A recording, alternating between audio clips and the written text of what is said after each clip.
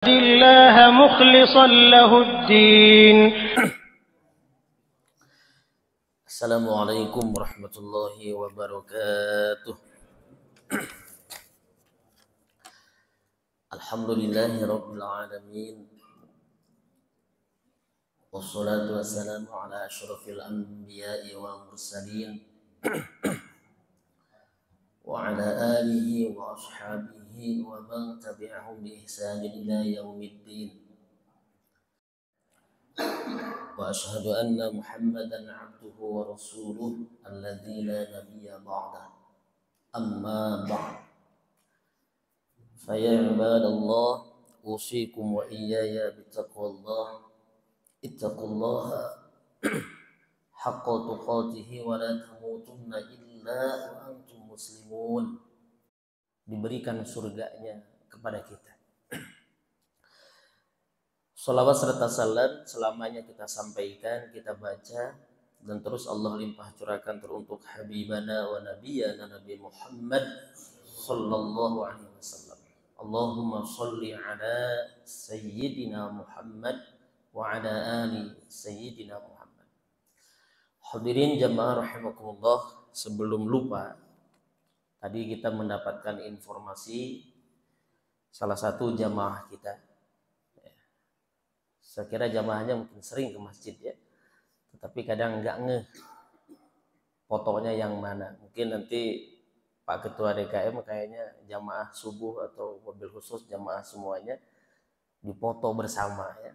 Nah, nanti Darussalam pernah dulu begitu ya, dipoto bersama, tempel di depan. Tapi bukan berarti yang meninggal dicoret, bukan. Paling tidak kita tahu siapa yang wafat itu. Itu pernah Darussalam begitu. Ada jamaah kita yang wafat, Pak Edi ya?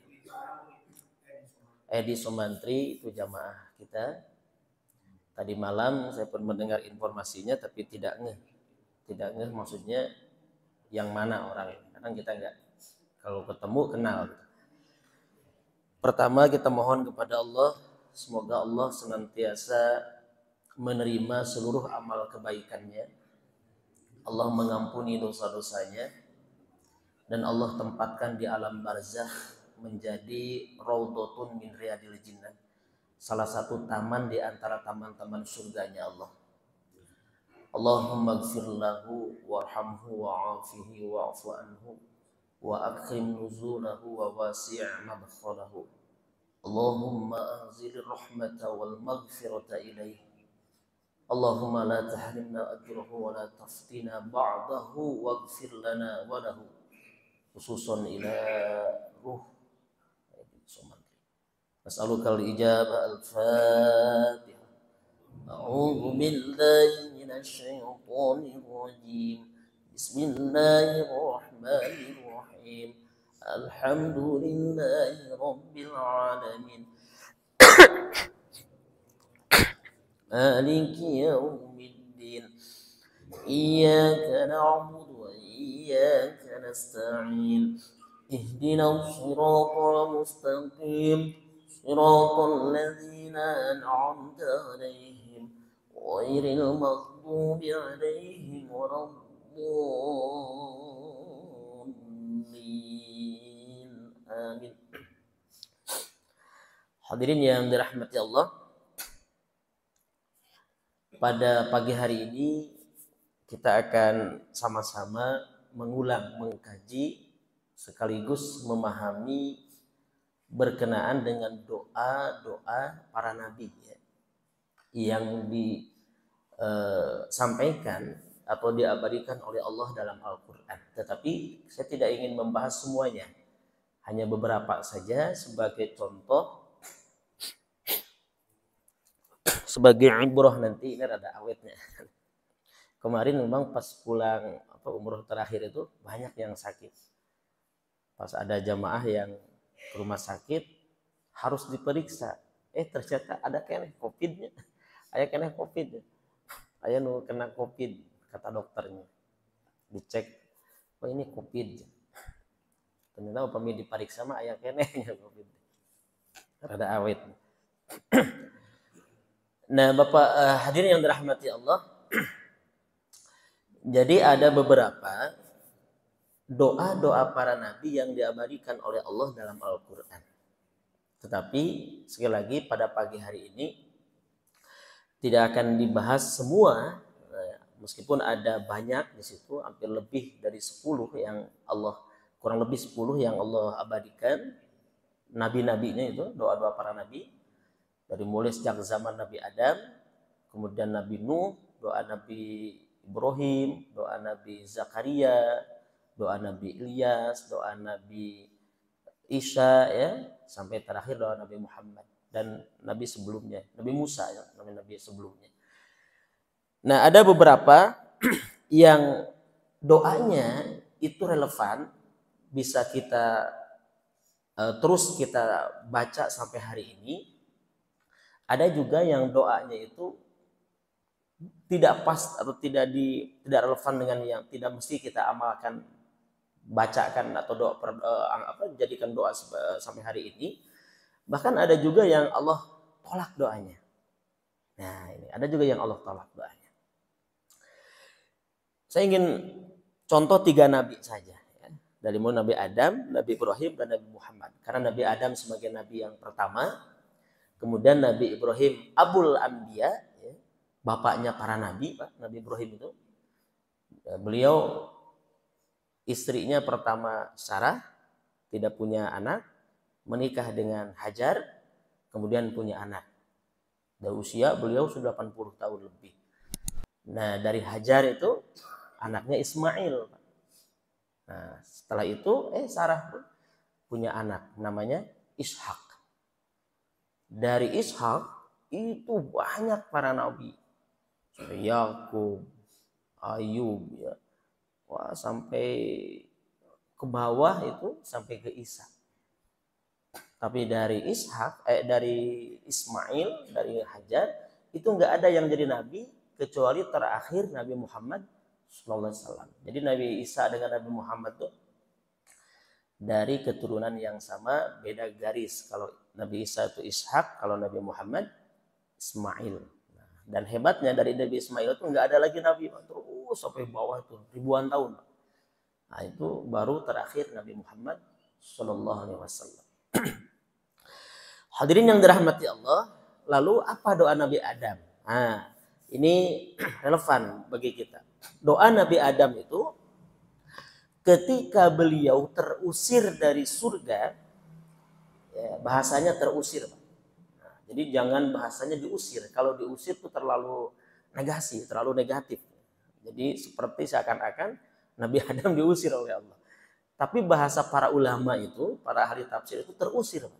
Mengapa terusir? Karena Nabi Adam melanggar aturan Allah. Nah, melanggar aturan Allah secara otomatis dia terusir. Atau dia menjauh. Nah, jadi Allah bukan menjauh darinya, tapi dirinya menjauh. Itulah menjadi simbol, kata para ulama, bahwa kalau kita berbuat dosa, itu yang menjauh itu perbuatan dosa kita. Atau diri kita yang menjauh dari Allah. Karena perbuatan dosa tadi. Nabi Adam terusir ke dunia. Ada yang mengatakan turunnya itu Nabi Adam di daerah dekat Sri Lanka, Pak. Dekat Sri Lanka. Diturunkannya itu, ya, dekat daerah itulah. Siti Hawa di Arab atau di Saudi, itu di Jeddah. Jeddah itu kan nenek ya artinya. Kota tua, Jeddah. Siti Hawa di situ katanya. Lalu dipertemukan di Arafah, di Jabal Rahmah. Nah, di situ bertemunya katanya. Sehingga pertemuan itu dikenang oleh umat, oleh anak cucunya. Ya dikenang pertemuan Nabi Adam dengan Siti Hawa itu dikenang, diabadikan oleh anak cucunya dalam kegiatan wukuf di Arafah. Nah, itu mengenang pertemunya kakek Adam dan nenek Hawa. Luar biasa ya. Pertemuan kedua orang tua kita dikenang oleh anak cucunya. Itu istilah lain ya, dalam kacamata lain. Dalam hal ruhiyah haji ya beda lagi, tentang araf, kebijaksanaan, mengenal jati diri siapa yang sebenarnya, siapa penciptanya, kan arafah. Istilah dalam lain juga beda lagi, ada banyak pandangan.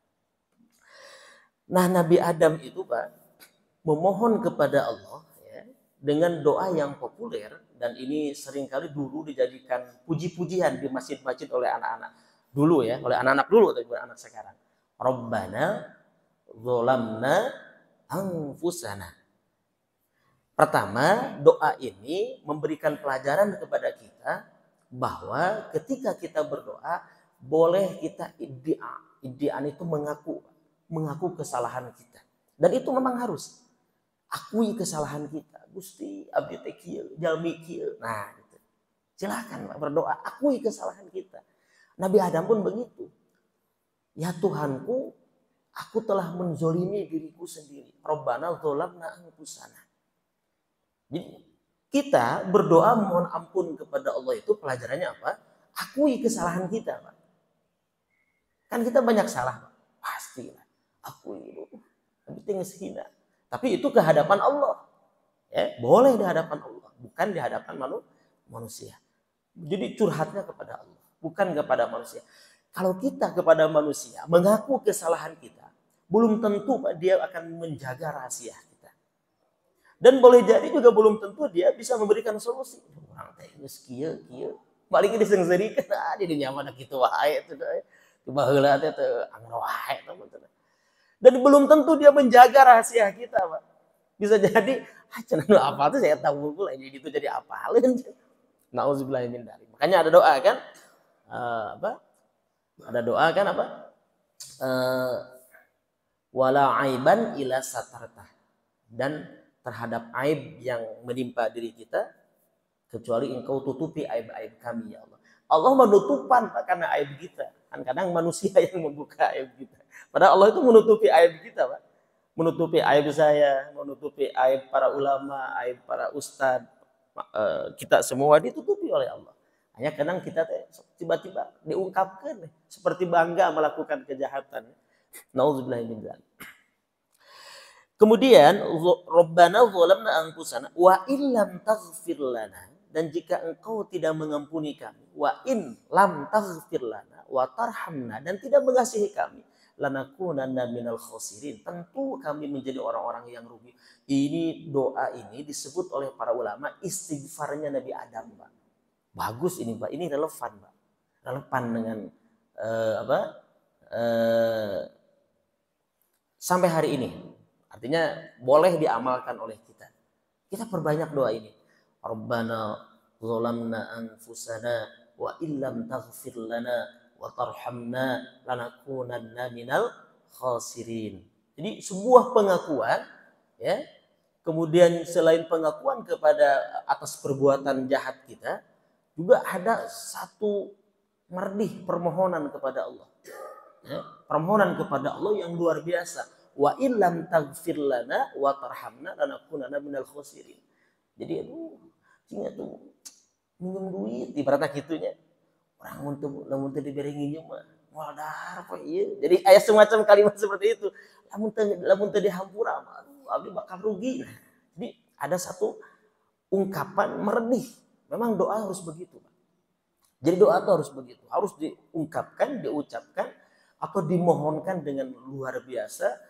Seperti seorang anak ya meminta kepada orang tuanya sampai nangis-nangis. Memang kalau bisa begitu berdoa itu.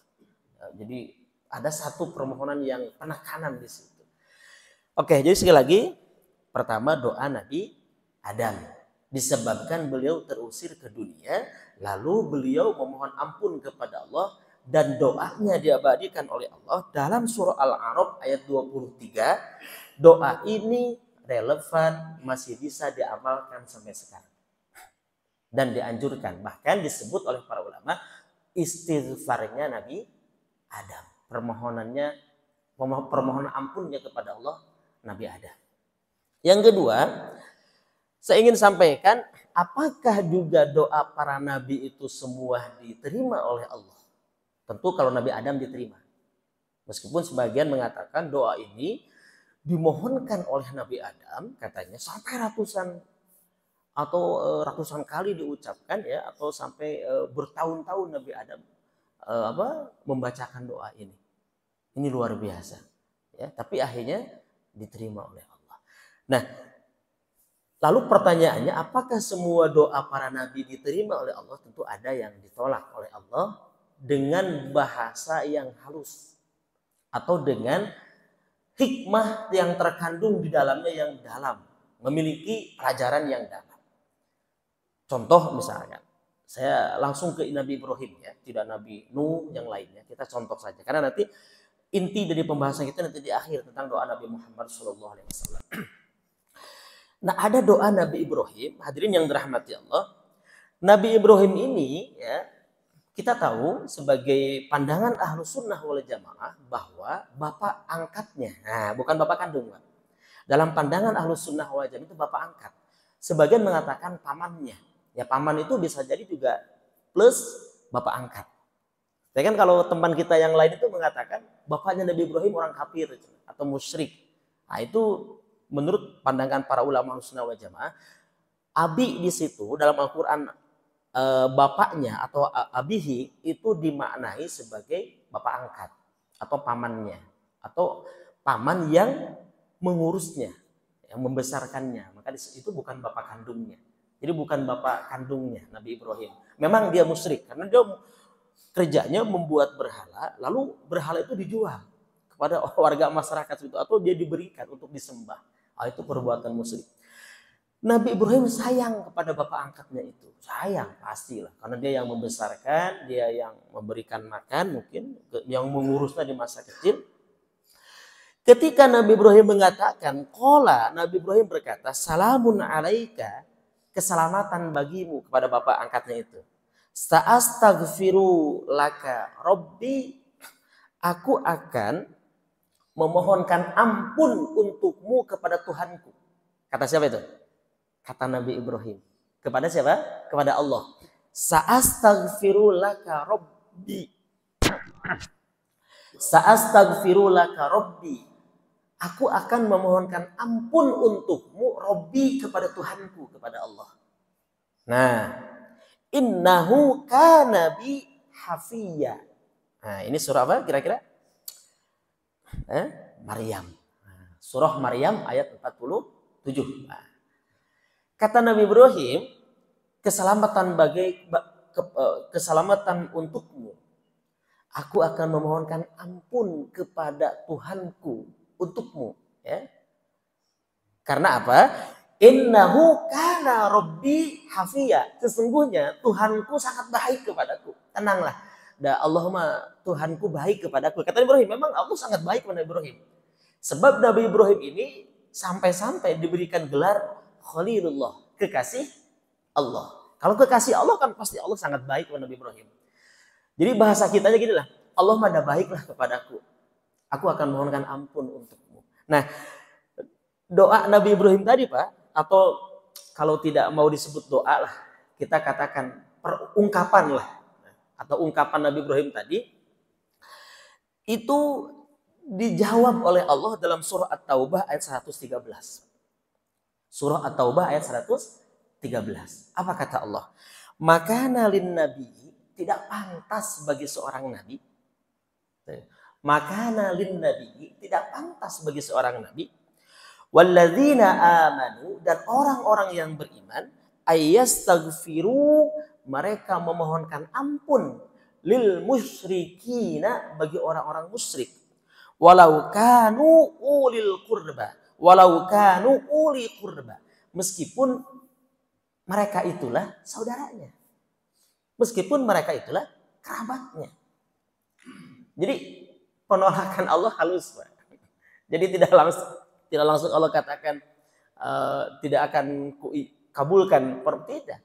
Tapi Allah dengan bahasa yang lembut diabadikan dalam surah dan ayat yang lain, tidak pantas bagi seorang nabi dan orang-orang yang beriman. Artinya apa? Ini pun berlaku bukan hanya secara khusus khitab ini kepada Nabi Ibrahim, tetapi juga Allah tegaskan di sini walladzina amanu, dan secara umum berlaku bagi semua orang yang beriman. Apa yang tidak pantas? Memintakan ampun kepada Allah untuk orang-orang musyrik meskipun mereka adalah saudaranya. Mim ba'di ma tabayyana lahum, setelah jelas, setelah nyata bagi mereka, ya, Setelah nyata informasi tentang kebenaran itu nyata. Innahum ashabul jahim, sesungguhnya mereka adalah calon penghuni neraka jahanam. Nah, ini ditolak oleh Allah. Ditolak oleh Allah. Sebab mereka atau bapak angkatnya ini menyembah berhala atau dia berbuat musyrik. Pelajarannya apa bagi kita? Bagi kita memohonkan hidayah, memohonkan ampun ya. Seperti Nabi Isa itu pernah begini doanya. Lebih lembut lagi Nabi Isa doanya. Ketika Nabi Isa ya mengetahui bahwa kaumnya itu menyembah dirinya atau berbuat syirik ya. Dia menjadikan trinitas pada waktu itu, sehingga Allah sampaikan mengapa mereka menyembahmu. Nabi Isa mengatakan, aku tidak menyuruh demikian, kata Nabi Isa. Aku hanya menyuruh sembahlah Allah Tuhanku, Robbi warbukum, kan begitu dalam Al-Quran. Sembahlah Allah Tuhanku dan Tuhanmu. Tetapi Nabi Isa apa? Doanya Nabi Isa ini lebih halus. Nabi Isa mengatakan, ya Allah atau ya Tuhanku, jika engkau ingin menyiksa mereka, sesungguhnya mereka adalah hamba-hambamu. Nah, itu dengan bahasa yang lebih lembut. Tetapi jika engkau mau mengampuninya, sesungguhnya engkau adalah Maha Pengampun dan Penyayang. Jadi tidak meminta hanya dengan ungkapan. Kalau engkau mau menyiksa, ya mereka juga hamba-hambamu. Tapi kalau engkau mau mengampuninya juga engkau adalah Maha Pengasih dan Penyayang. Itu ungkapan Nabi Isa berbeda lagi. Nah, kemudian yang kedua, ada juga doa Nabi Ibrahim. Ini pelajaran tadi yang doa Nabi Ibrahim yang ditolak itu apa? Pelajarannya bahwa tidak lagi pantas ya, bagi seorang yang beriman itu memohonkan ampunan atas doa-doa atas orang-orang yang musyrik. Terutama lebih-lebih mereka yang sudah tiada, mereka yang sudah wafat. Tetapi kalaupun Nabi Isa itu lebih halus lagi, beliau hanya mengatakan, kalaupun jika engkau ingin menyiksa mereka, sesungguhnya mereka itu adalah hamba-hambamu. Tapi kalau engkau ingin mengampuni juga, engkau adalah zat yang Maha Pengasih dan engkau Maha Pengampun dan Maha Penyayang. Itu beda ungkapan Nabi Isa alaihissalam. Oke. Apa ini?